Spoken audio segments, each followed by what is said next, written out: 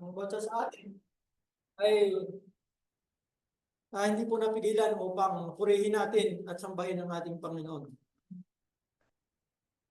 Kumusta po ang audio sa online? Malinaw po ba? Ang topic ko pong inhanda na pag-aaralan po natin sa umagang ito ay may kinalaman po sa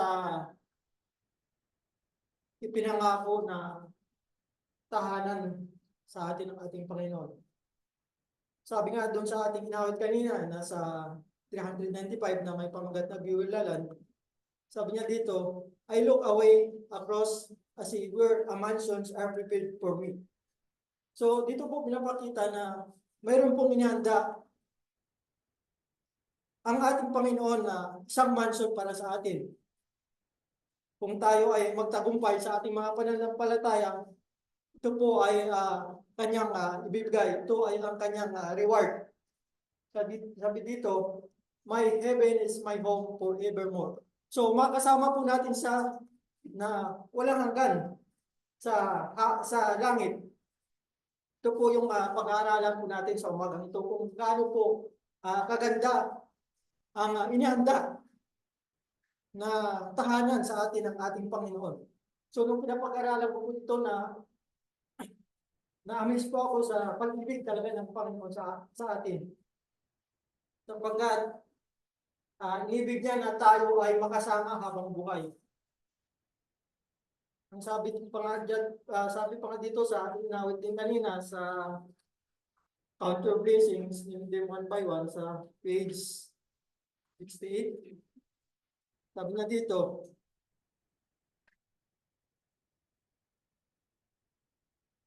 when you look at others with their lands in gold, think that Christ has promised you his wealth untold. Count your blessings. Money cannot buy your rewards in heaven, nor your home on high. Di po ba? Napakaganda pong pangako ito ng ating Panginoon sa atin. Na ang mga kayamanan natin dito sa lupa ay yan po ay may hangganan. At ang yung reward po natin sa langit, yun po ay hindi po mabibili ng kayamanan dito na lagi po nating pinaghihirapan sa buhay na ito. So dapat ang maganda pong mindset po natin maituon natin ang ating mga sarili dun sa ipinangako ng Diyos na kanyang ibibigay na kayamanan sa langit, na yung kanyang tirahan na doon ay wala nang kahirapan, wala nang sakit, kundi puro kaligayahan. Yun po ang pangako ng Panginoon. So ang topic ko po ngayon ay pinamagatan ko pong what does heavens look like? So ano ba talaga ang sabi sa banal na kasulatan kung ano po talaga ang langit? So sabi nga po natin kanina ay may inihanda po ang ating Panginoon sa batya sa atin kung tayo ay magtagumpay sa ating mga pananampalataya. So ito po ay isang maganda rin bilang pamana sa ating mga kapatid, sa mga anak, sa mga kaibigan at mahal sa buhay. Pamana ng pananampalataya na maghatid sa kanila sa buhay na walang hanggan o makasama ang ating Panginoon sa langit. What does heavens look like? Kung may isang paksa na dapat po tayong maging excited bilang isang mananampalataya ni Kristo, ito siguro ay isa na yung langit na isang paksa na pwede po tayong maging excited. Bakit po nasabi? Dahil po ito ang tahanan natin magpakailanman. Kaya maganda po nating isipin na tayo po malaman natin kung ano po yung tatamasain natin kung tayo ay makamtan natin ang pinangako ng Diyos. Sabi nga kanina dito sa ating kinanta, hindi po ito mabibili ng halaga ng pera o kayamanan sa lupa.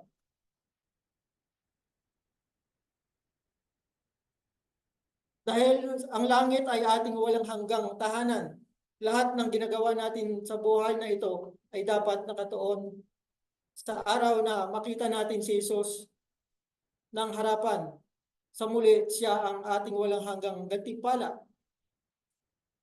At magkaroon tayo ng pribilehiyo na makasama siya magpakailanman. So, sa po yan, sa langit. Kung tayo po, siguro, minsan nagtatanong tayo sa ating sa mga sarili na siguro nakapag nilay-nilay na po tayo sa ating mga sarili. Lalo na nung ako po ay nasa probinsya, nakita ko na po ang mga bituin sa langit. Napaisip po ako kung ano yung nasa taas pa ng mga langit, nasa taas pa ng mga bituin. So ito po ay nagpapakita ng konsepto ng langit na nagbibigay pansin sa sangkatauhan at nag-aalok ng pangitain ng pag-asa, kapayapaan at buhay na walang hanggan. Bilang isang Kristiyano, ang ating kuryosidad tungkol sa langit ay malalim na nakaugat sa ating pananampalataya.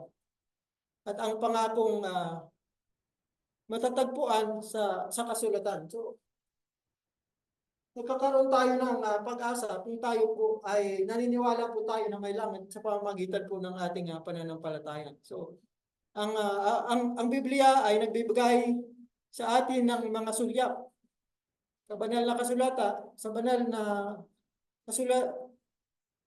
na kaharian na ito. Nilarawan ang isang lugar kung saan ang kaluwalhatian ng Diyos ay ipinapaliwanag at kung saan ang mga mananampalataya ay makakaranas ng walang hanggang kagalakan at pakikipag-ugnayan sa Diyos. So doon po sa langit o heaven, doon po natin maranasan ang walang hanggang kagalakan at pakikipag-ugnayan sa Diyos.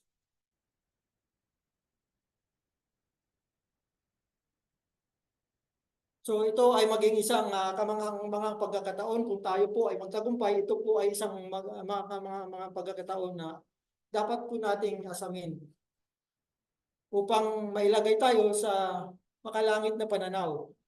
So tuklasin po natin kung ano ang langit. Ito ay magbibigay sa atin ng upang tayo ay magpursige. Dahil may isang pinagpalang pag-asa na naghihintay sa atin na huwag tayong sumuko. So marami po kasing mga problema dito sa libutan. Kaya nga lang po ngayon, may mga bagyo na dumarating. Doon po sa langit, wala po tayong inaasahang mga ganun mangyayari pa sapagkat ang lahat ng mga bagay ay ginawa na ng Diyos na mabuti.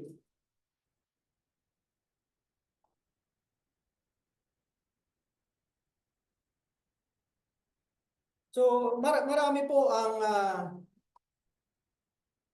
nagbibigay ng konsepto kung ano ba talaga yung langit. Meron po dyan sa paglalawan tungkol sa mga kultura, so ang magitan ng mga sining sa aklat, makikita po natin, kaya din ang mga sariling interpretasyon. At madalas ay humuhubog sa ating pananaw. Ngunit mahalagang tumingin tayo sa Biblia upang maunawaan natin ang talaga kung ano ang itsura ng langit. So may mga picture po ako na papakita sa inyo. So medyo yan po. So hindi po yan yung literal talaga. So makikita po natin mamaya kung ano ang sasabihin ng Biblia. Kung sa ganyan pong mga gusali, tayo po ay namamangha na, di po ba? So may mababanggit po kasi doon mamaya sa ating papag-aralan na ang ating mansion na hinanda ay yung main street, yung pinaka main street niya ay purong ginto. Ganun po kayaman ang ating Panginoon. Ganun din po tayo kayaman sa langit.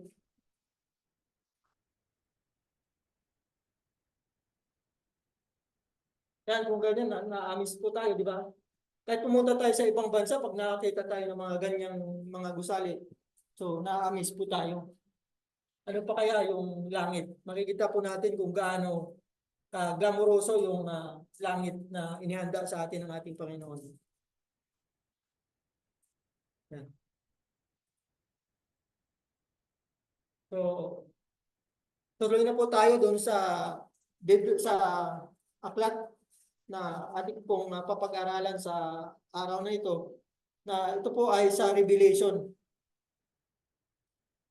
So, isa sa mga pinakadetalyadong bahagi ng kasulatan na tumutulong sa atin upang malaman kung ano ang itsura ng langit at matatagpuan sa aklat ng pahayag o Revelation. Basahin po natin ang Revelation chapter 21 and 22.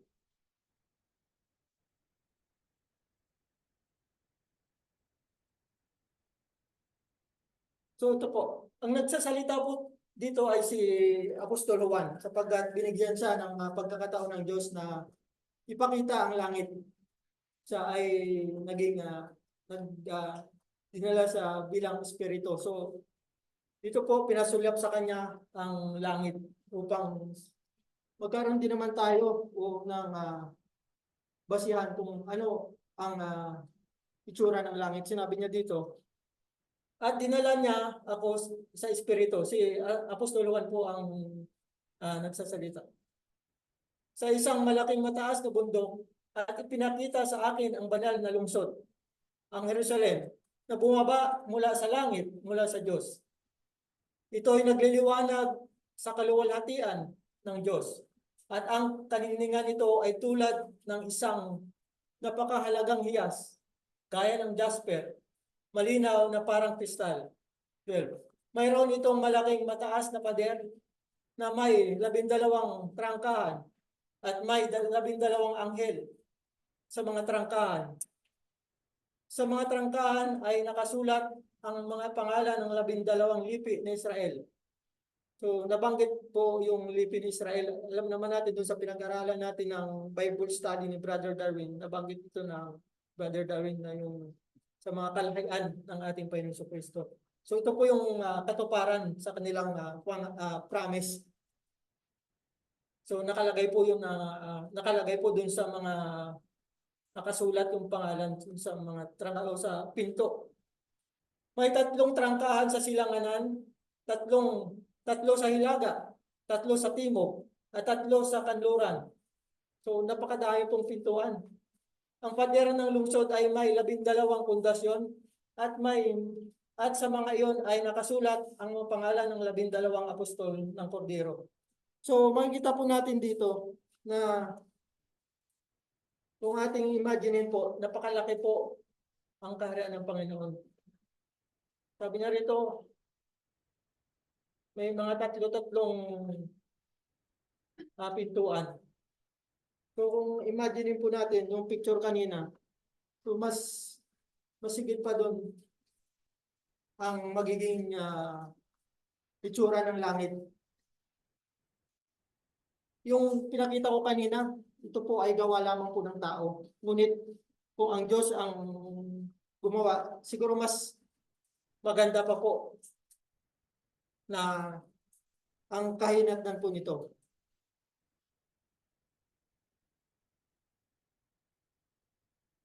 So, ituloy po natin sa 18 hanggang 23. Ang pader ay yari sa jasper at ang lungsod ay dalisay na ginto. Malinaw na parang salamin. Ang pader ng lungsod ay itinayo sa mga batong pundasyon na pinamutian ng 12 mahalagang bato.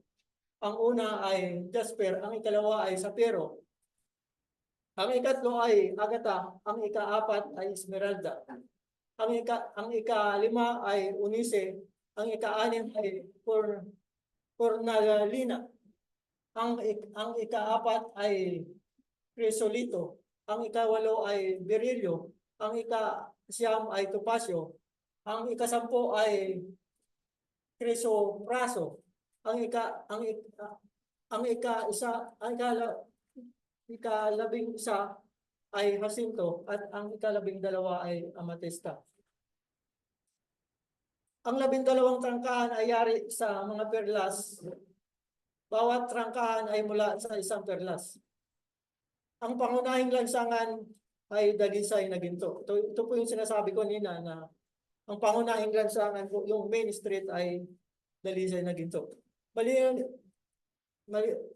Malinaw na parang salamin. Wala akong nakitang templo sa lungsod sapagkat Panginoong Diyos ang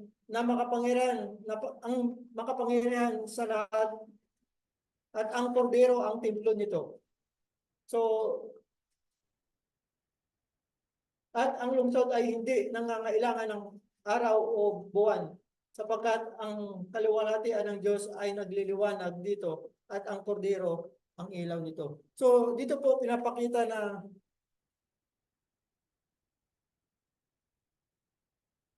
hindi na sa langit po wala na pong araw o buwan sapagkat ang ating Panginoon na po ang nagsisilbing araw at buwan. At ang kaluwalhatian niya po ang nagliliwanag sa buong langit. Ganyan po ka glamoroso ang langit na inihanda sa atin ng ating Panginoon. So, ito po sa English. The walls was made of jasper and the city was pure gold, as clear as glass. The wall of the city was built on the foundation stone inlaid and 12 precious stone. So kung makikita po natin na talagang nabalutan po ng mamamahaling mga perlas ang kaharian ng Diyos. So nung sinerge ko po ito, yung pinakamamahalin pong perlas po dito sa 12 ay yung sapphire at emerald.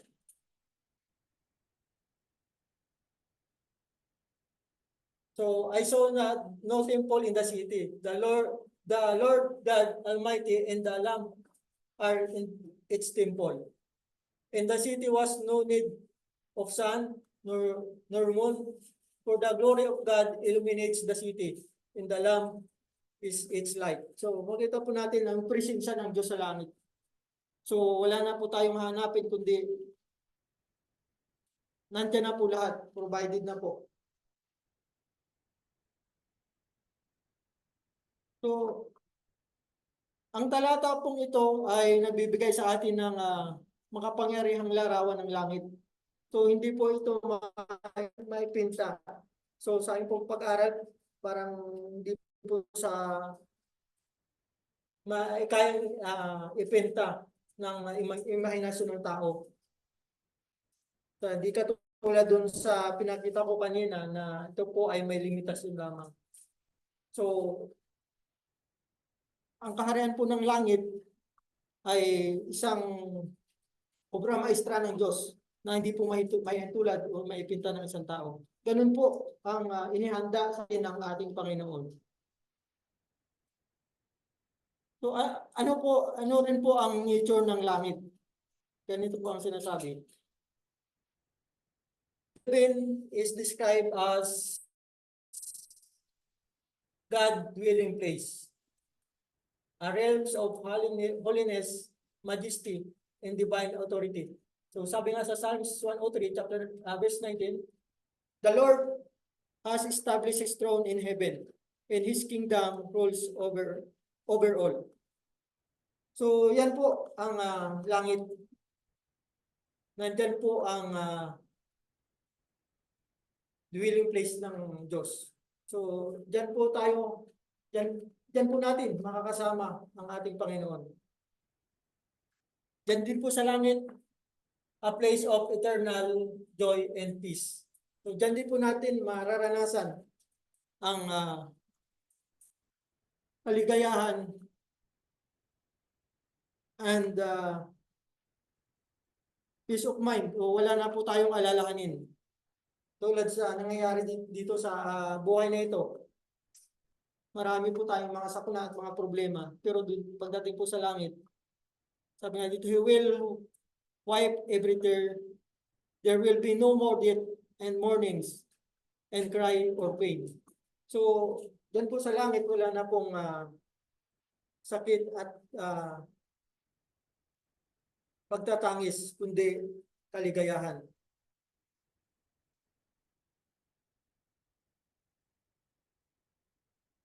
Ang langit pa po is a prepared place for believers. Yun po ang langit definition. Isa po siya sa prepared place for believers. Sabi nga dun sa John chapter 14, verse 2, in my house, in my Father's house are many mansions. I am going there to prepare a place for you. So yun po ang sinabi ng ating Panginoon. So maraming tahanan sa kaharian ng Diyos na ito po ay inihanda para sa atin. Sabi rin niya sa Philippians chapter 2, verse 20 to 21, na ang ating citizenship ay hindi but our citizenship is in heaven, and we eagerly await a Savior for there, the Lord Jesus Christ, who, by the power that enables Him to bring everything under His control, will transform our lowly bodies so that they will be like His glorious body. So, nakadesign po talaga tayo sa makalangit. Sabi nga sa mga napag-aralan natin ng mga nakaraang mga Bible study, tayo po ay nakapredestined para mailigtas. Kasi yun ang kagustuhan ng Diyos. Nasa atin na lang po talaga kung tayo po ay sumunod sa Kanya.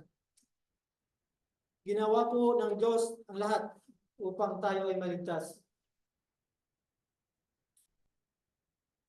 Kaya ibinigay niya ang kanyang buktong na anak upang tayo ay maidala niya dyan sa langit o sa heaven. So napakagandang ito po ay ang walang hanggang plano ng Diyos sa atin.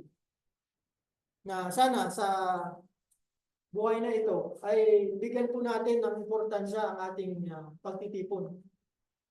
Sapagkat dito po natin nalalaman na ang Diyos pala ay may magandang plano sa atin.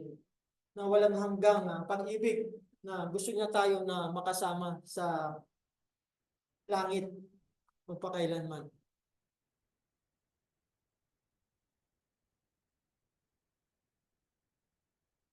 Sabi nga dito, heaven is not just a distant paradise. It is the ultimate fulfillment of God's promise to dwell with His people.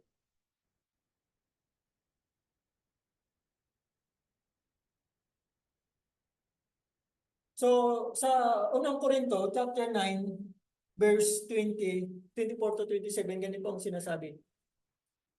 So, sabi po ni Apostol Pablo,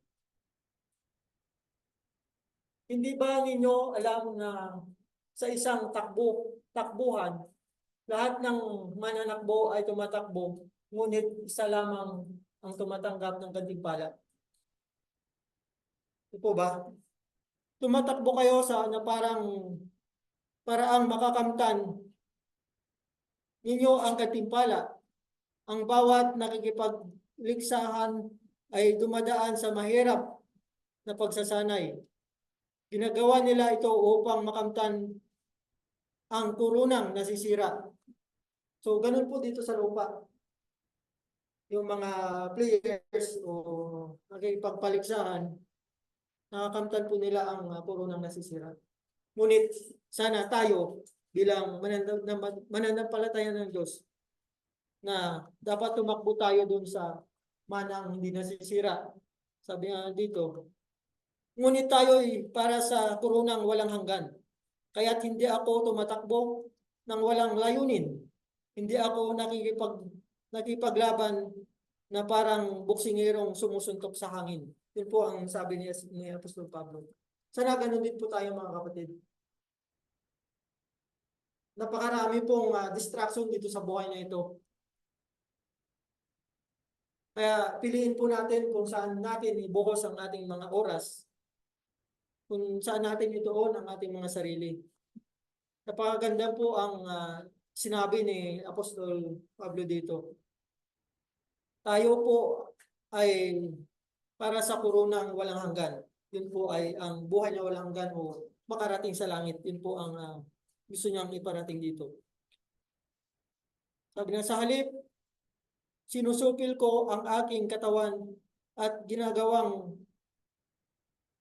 itong alipin upang pagkatapos kong mangaral sa iba, ako mismo ay hindi madiskwalipika sa gantimpala. So,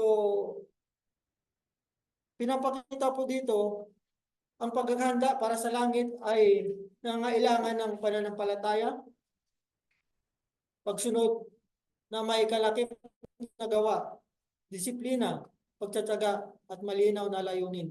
So yun po ang gustong ipahiwatig ni Apostol Pablo dito. Na dapat tayo po ay maging karapat-dapat sa paningin ng Panginoon habang tayo po ay nakikipagbaka sa sanlibutan ito.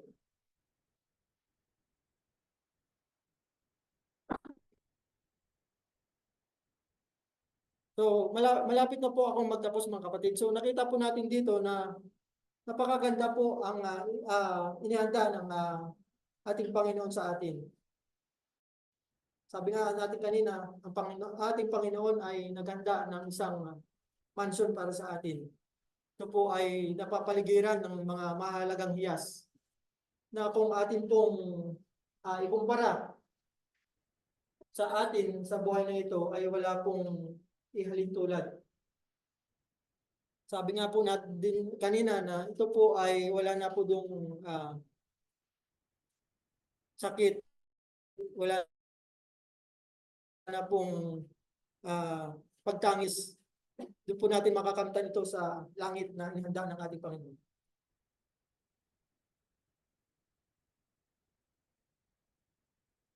Ang langit, ang ating walang hanggang tahanan. Lahat ng ginagawa natin sa buhay na ito ay dapat nakatuon sa araw na makikita natin si Jesus ng harapan. Sa huli, siya ang ating walang hanggang gantimpala at magkakaroon tayo ng pribileyo na makasama natin siya. So, yun naman talaga po ang gusto ng Diyos na makasama natin siya ng walang hanggan sa langit. Kaya inihanda niya ang langit na ito para sa atin. Sa lahat ng mga naniniwala at tumanggap sa kanyang pangako ay magkakaroon ng pag-asa na makarating sa langit. Nawa, yun po ang ating asamin sa buhay na ito. Sapagkat marami po tayong mga dapat isinisalang-alang sa buhay na ito sapagkat minsan gusto nating makarating sa tulad sa Japan, sa Switzerland, sa US. So mas prioridad po natin ang makarating sa langit sapagkat nakita po natin dito kanina na gaano kaganda. Hindi po mahalintulad sa ipinakita kong picture kanina. Sapagkat ito po ay imahinasyon ng tao. Ngunit ang langit na ginawa ng Diyos ay hindi kayang ipinta ng tao lamang. Sapagkat ang Diyos ay isang arkitekto na napakaganda. Kung pagmasdan lang po natin ang universo ay maamis po tayo. Gaano pa kaya ang kanyang kaharian na gusto niyang makasama tayo sa kanyang kaharian? Gaano pa kaya kaganda?